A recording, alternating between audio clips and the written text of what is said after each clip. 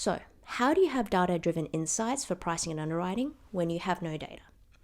Now, this is a common problem for startup MGAs or for anyone who is starting to write a new book of business. And there are a few interesting out-of-the-box ways to deal with this that we've come up with at Octagram. We'd love to share with you. So let's split the data into the two halves. We'll look at claims data and then exposure data. So look, on the claims side, there are a few ways you can tackle this, right? And I'll go through them all. Number one way. You might be an MGA that actually has existing customers. And so you could actually ask your customers to share their claims with you from the past. That's one way. Number two, you might be an MGA that has something like IoT data, right? So let's say you have a telematics device. That device is probably able to record events that are claims, right? You can tell if the car has actually crashed. And so that you can term as an actual claim and have that as loss-like data. Number three, which we like very much at Octagram, is using publicly available data. So for example, let's say you insure in some way aviation. The federal government has a record of every single aviation incident in the US going back decades, right? And so that is a quasi-claims database, right? And the advantage of a lot of these sorts of databases is that they do have every single claim. And so the breadth of that is huge. And they usually have a lot of detail as well.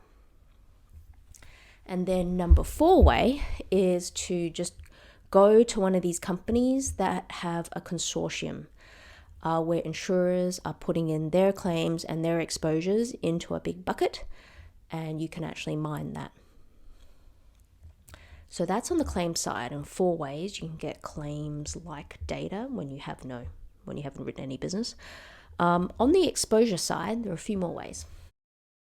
So one is that you might be the kind of MGA that already has some of this exposure data, right? And that is your secret sauce. So maybe you have already in operation an IoT device that is recording a lot of exposure data.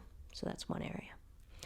Number two would be to get exposure data from third-party providers. So, there are a ton out there that, say, provide interesting information about all of the businesses across the US, say, or information about all of the consumers across the US. Now, number three way is to actually get exposure data from non-traditional providers. So maybe you decide that this is a point of difference and you want to get aerial imagery, right? And that is somehow going to help you if you process it in a certain way. Or maybe you go direct to sources like Google or Yelp or to AT&T and get phone traffic data, for example. So there are ways to think outside the traditional insurance industry box and get interesting exposure data. Number four way to get interesting exposure data is to use publicly available sources. Again, another one of our favorites.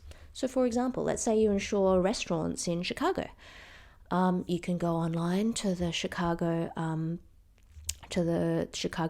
website and get a lot of restaurant inspection information about those restaurants, right? And then I've lost count. I think number five way to get interesting exposure information is just boots on the ground, risk engineering. So if you're doing any risk engineering at all, have a think about what interesting proprietary information your risk engineers can actually collect by being on site. And over time, you can build up a pretty rich, unique exposure database. Okay, so look, it is not a hopeless situation if you have started up an MGA or you're starting a new book of business. It doesn't mean that you can't have any proprietary data-driven insights. It does mean that you're going to have to get pretty creative to actually find claims and exposure data, marry the two together, and get some pretty interesting proprietary insights. Hope that was helpful.